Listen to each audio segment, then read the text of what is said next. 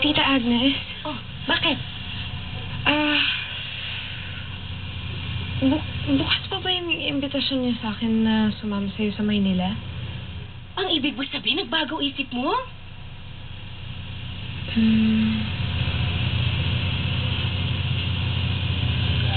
Opo.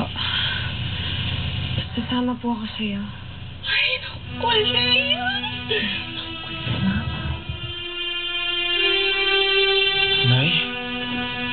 Tay? Ano pong ginagawa niyo dito?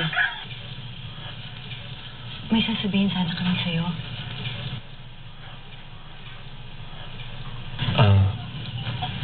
Adel, napag-isipan namin ng ulan mo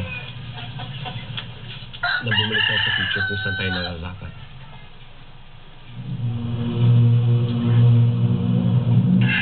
Ngayon wala na si General. May pag-asa na tayo na mamuhay ng normal at tahimik roon.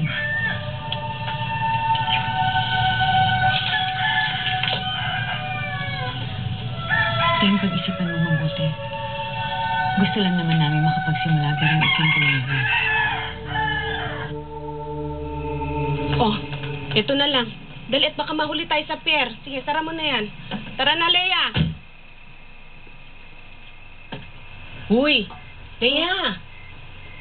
Tara na! Hay nako. Ano? Tutuloy na ba tayo sa pier o dadaan ka pa Keteng?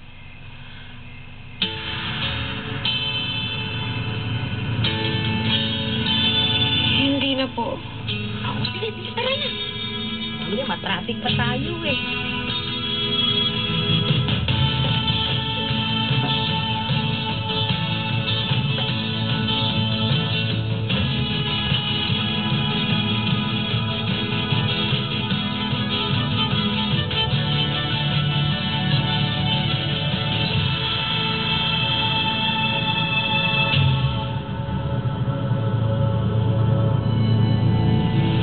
Wala na nga si Kit.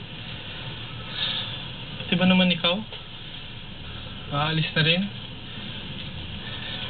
Ako tuluyan na akong mga yayat niyan. Wala na akong makuha ng baon.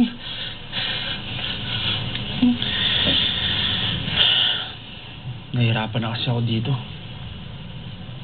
Kahit saan ako mapatingin, naalala ko si Kit.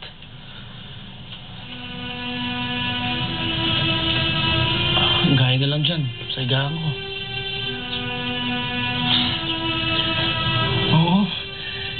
Diyan nahulog si Kit nung mga bata pa tayo. At dyan sa kulungan na yan. Diyan kami nakulong ni Kit. Tapos, kasama ang tingin sa amin ng kabayo. Nakatingin siya sa pagkain ko. Parang gusto niya agawin.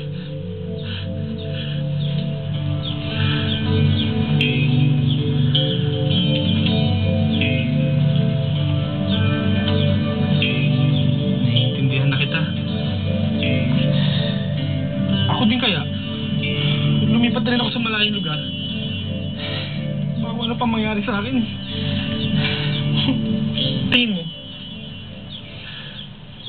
Maayos pa bang time machine? Oo. Tinas ko yung system kanina eh. Mukhang okay pa naman siya. Paano? You ready to go back to the future? Oo. Pero ayoko sanang iwanan si Teng. Hindi mangyayari yun. Teng? Nakapag-desisyon na ako. Kasama na ako sa inyo. Teng, hindi mo lang alam kung paano mo kami pinili.